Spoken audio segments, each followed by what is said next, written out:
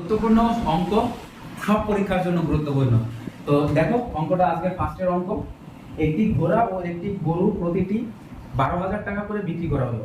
ঘোড়াটিতে 20% ক্ষতি এবং গরুতে 20% লাভে বিক্রয় করা হলো। তাহলে তার মোটের উপর লাভ বা ক্ষতি কত জানতে চেয়েছে। সো খুব গুরুত্বপূর্ণ অঙ্কটা, দেখো একটু ভালো করে খেয়াল করো। ঘোড়ার ক্ষেত্রে বলা হলো যে ঘোড়াটি 20% ক্ষতিতে বিক্রি করেছে। 20% ক্ষতি মানে কি? 1/5 মানে 5 টাকায় 1 টাকা, অর্থাৎ 5 টাকায় 1 টাকা ক্ষতি, 5 টাকাটা সে কত মানে 4 টাকায় বিক্রি করেছে।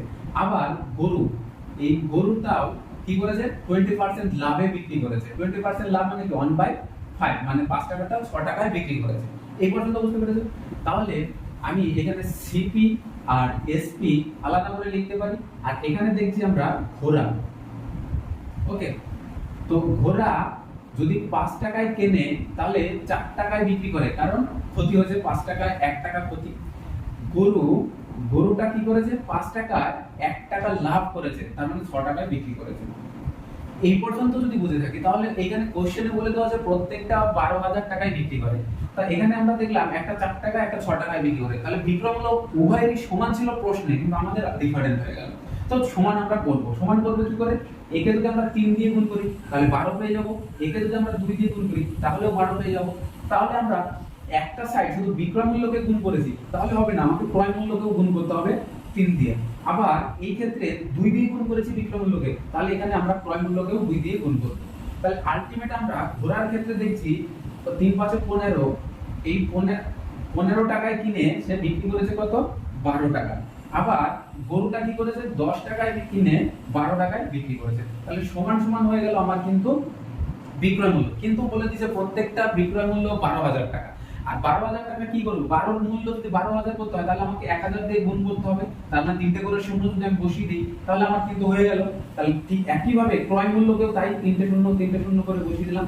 অর্থাৎ আমরা দেখতে পেলাম যে গরু মোটের উপর তার লাভ লস চেয়েছে। তাহলে গরু আর ঘোড়ার ক্রয় মূল্যটা কত? ক্রয় মূল্যটা হচ্ছে 25,000 টাকা, দুটো যোগ করলে 25,000 টাকা হয়। আবার এই গরু আর ঘোড়ার বিক্রয় মূল্য কত? 12 দুটোই 12 করে বিক্রি করেছে, 24,000 টাকা। 24,000 টাকা যদি বিক্রি করে তাহলে আমার কত হবে? 24,000 টাকা বিক্রি করলে লাভ লস কত হলো? 1,000 টাকা। অর্থাৎ 25,000 টাকায় কিনে 24,000 টাকা বিক্রি করলো, আমার আলটিমেট কি হলো না 1,000 টাকা আমার ক্ষতি হলো, মাইনাস হলো, অর্থাৎ ঘাটতি দেখা গেল। সো আশা করি তোমরা এটা বুঝতে পেরেছো। আমাদের উত্তর 1,000 টাকা ক্ষতি। সো আমরা এবার পরের প্রশ্নের দিকে যাব। চলো পরের প্রশ্ন দেখো। বলা হয়েছে দুটি বর্গক্ষেত্রের পরিসীমা যথাক্রমে 40 সেন্টিমিটার এবং 24 সেন্টিমিটার। ওই দুটি বর্গক্ষেত্রের ক্ষেত্রফলের পার্থক্যের সমান ক্ষেত্রফল বিশিষ্ট তৃতীয় বর্গক্ষেত্রের পরিসীমা কত? তিনটে বর্গক্ষেত্র। প্রথম বর্গক্ষেত্র কাকে বলে? যার চারটে বাহুর দৈর্ঘ্য একই অর্থাৎ সমান। একটা, দুটো এবং 3 নম্বরে আমরা এটা রাখছি। বলা হয়েছে দুটি বর্গক্ষেত্রের পরিসীমা যথাক্রমে 40, মানে 40 মানে কি? চারটে বাহুর পরিসীমা কাকে বলে? এইটা, এই বাহু, এই বাহু, এই বাহু, এই বাহু, এই চারটে বাহুর যোগফলকে আমরা পরিসীমা বলি। তো চারটে মিলে, এবং বর্গক্ষেত্রের চারটে বাহুর দৈর্ঘ্য কি? সমান। তাহলে চারটে মিলে যদি 40 হয় তাহলে এক একটা কত হবে? 10 করে হবে। তাহলে 10 করে যদি হয় তাহলে এইটা, এই বাহু আর এই বাহু মিলে আমরা কি করব? আমরা বর্গক্ষেত্রের ক্ষেত্রফল নির্ণয় করব। ক্ষেত্রফল নির্ণয় করার নিয়ম কি? বাহু স্কয়ার। বর্গক্ষেত্রের ক্ষেত্রফল হলো বাহু গুণ বাহু। তাহলে বাহু একটা 10 আর একটা কত? 10। তাহলে দুটো মিলে কত হবে? 100 বর্গ সেন্টিমিটার। 100 বর্গ সেন্টিমিটার। ঠিক একই ভাবে যদি আমরা দেখি পরেরটা, বলা হয়েছে এর পরিসীমা হচ্ছে 24 সেন্টিমিটার। তো 24 সেন্টিমিটার যদি হয় তাহলে চারটে বাহুর দৈর্ঘ্য মিলে হচ্ছে 24, তাহলে এক একটা কত করে হবে? 6 করে হবে, প্রত্যেকটা 6 করে হবে। তাহলে এইটার ক্ষেত্রফল কত? বাহু স্কয়ার মানে বাহু গুণ বাহু, তাহলে 6 গুণ 6 মানে হচ্ছে 36 বর্গ সেন্টিমিটার। এটা এবার বলা আছে এদের যে ক্ষেত্রফল তার কি না অন্তরের ক্ষেত্র, তার যে অন্তর্ফল সেটা আবার আরেকটা বর্গক্ষেত্রের ক্ষেত্রফল। তাহলে 100 আর 36 এদের অন্তর কত, এদের যে বিয়োগফল সেটা কত, সেটা হচ্ছে 64। আর 64 বর্গ সেন্টিমিটার, এইটা আবার আরেকটা তৃতীয় একটা বর্গক্ষেত্রের ক্ষেত্রফল, তার মানে সেটা কতটা, এইটা 64। 64 কি ক্ষেত্রফল, ক্ষেত্রফল মানে কি বাহু স্কয়ার, মানে বাহু গুণ বাহু, তাহলে এই বাহু এই বাহু এই বাহু এই বাহু সমান, যে কোনো দুটো বাহুর গুণফল হচ্ছে বর্গক্ষেত্র। তাহলে 64 বর্গমূল করলে কত হয় 8, তাহলে এইটা গুণ এটা 64, তাহলে এটা 8 আর এটা 8, তাহলে 8 গুণ 8 64। তাহলে এটার পরিসীমা জানতে চেয়েছে, তার মানে এটাও যদি 8 হয় তাহলে এটাও 8 হবে, তাহলে উত্তর কত হবে, এই পরিসীমা 4 8 32, অর্থাৎ 8 গুণ 4 অর্থাৎ 4 8 32 সেন্টিমিটার হচ্ছে আমাদের উত্তর। সো আশা করি বুঝতে পেরেছো, খুব সহজ অঙ্ক, কনসেপ্ট অঙ্ক। চলো পরের কোশ্চেন আমরা। নেক্সট কোশ্চেন দেখো, গুরুত্বপূর্ণ গড়ের অঙ্ক রয়েছে। এটা 9 জন ছাত্র ও একজন শিক্ষকের গড় বয়স 15। যদি 9 জন ছাত্র তার সাথে একজন শিক্ষক থাকে তাহলে কতজন হয়, 10 জন হয়। এই 10 জনের গড় বয়স কত, গড় বয়স হচ্ছে 15। তাহলে এই 10 জনের যোগফল কত, বয়সের সমষ্টি কত, সমষ্টি হচ্ছে 150। আশা করি এটা বুঝতে পেরেছো। এরপরে আমরা যেটা দেখছি যে প্রথম 4 জনের গড় বয়স হচ্ছে 19।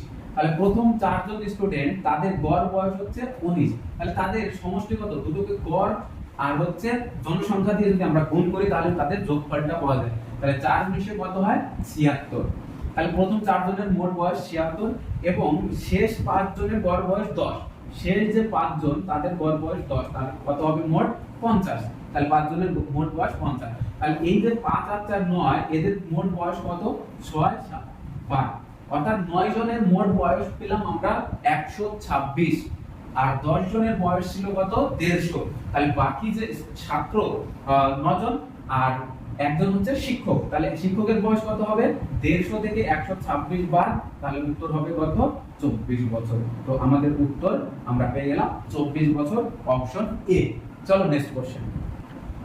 চলো এবার আমরা যেটা দেখবো খুব কনসেপচুয়াল অঙ্ক, এবং এই ধরনের কোশ্চেন আসতে হামেশাই আমরা দেখতে পাই, প্রিভিয়াস ইয়ার কোশ্চেনেও এই ধরনের অঙ্ক আছে। কনসেপ্টটা দেখো, এক ব্যক্তি মোট সঞ্চয়ের 1/4 অংশ এ কোম্পানিতে, 1/5 অংশ বি কোম্পানিতে এবং সি কোম্পানিতে 27500 টাকা বিনিয়োগ করে। এই কোম্পানিতে তিনি কত টাকা বিনিয়োগ করেছিলেন এটাই জানতে চেয়েছে। তো আমরা ধরে নিলাম তিনটে কোম্পানি, এ বি আর হচ্ছে সি। সো এ কোম্পানিতে কত, 1/4 অংশ, বি কোম্পানিতে কত, 1/5 অংশ, আর সি কোম্পানিতে কত টাকা দেয়, 27500 টাকা, 27500 টাকা। সো এটা ভগ্নাংশ দেওয়া আছে আর এখানে টাকা দেওয়া আছে, আমরা প্রত্যেকটাকে ভগ্নাংশে যদি রূপান্তর করতে চাই তাহলে কি করব, এদের যে লসাগু সেটাকে আমরা ধরবো তার মোট সঞ্চয়। তার মোট সঞ্চয় কত না, এদের যে লসাগু সেটা হচ্ছে তার মোট সঞ্চয়। তাহলে 4 আর 5 এর লসাগু কত, 20। সেই 20 দিয়ে আমরা গুণ করব প্রত্যেকটাকে, মানে এই ভগ্নাংশগুলোকে 20 দিয়ে গুণ করব। তাহলে তার মোট সঞ্চয় হচ্ছে 20, তার মধ্যে 1/4 এর হচ্ছে এ কোম্পানিতে, তাহলে এটা যদি কাটি তাহলে 5 ইউনিট দিচ্ছে বা 5 অংশ দিচ্ছে এ কোম্পানিতে, আর এটা হচ্ছে 4 অংশ দিচ্ছে বি কোম্পানিতে। তাহলে বি আর এ কোম্পানিতে 5 আর 4 9 ইউনিট কিন্তু এখান থেকে দিয়ে দিন।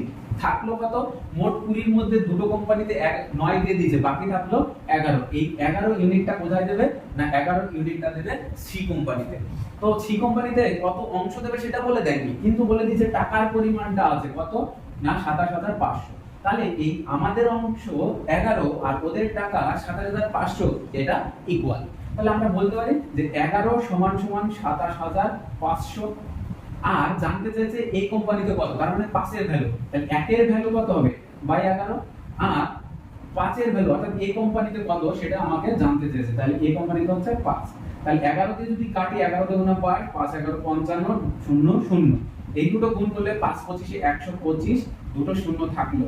তো উত্তর কি পেলাম আমরা, এই কোম্পানিতে আমরা দেখতে পেলাম যে 12500 টাকা ইনভেস্ট করা হয়েছে বা বিনিয়োগ করা হয়েছে।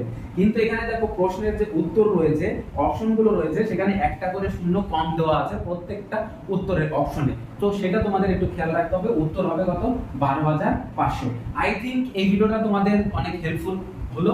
যদি হেল্পফুল হয় তাহলে ভিডিওটা অবশ্যই বন্ধুদের মধ্যে শেয়ার করে দাও, এবং আমাদের চ্যানেলে নতুন হলে চ্যানেলটাকে অবশ্যই সাবস্ক্রাইব করবে। Thank you for watching.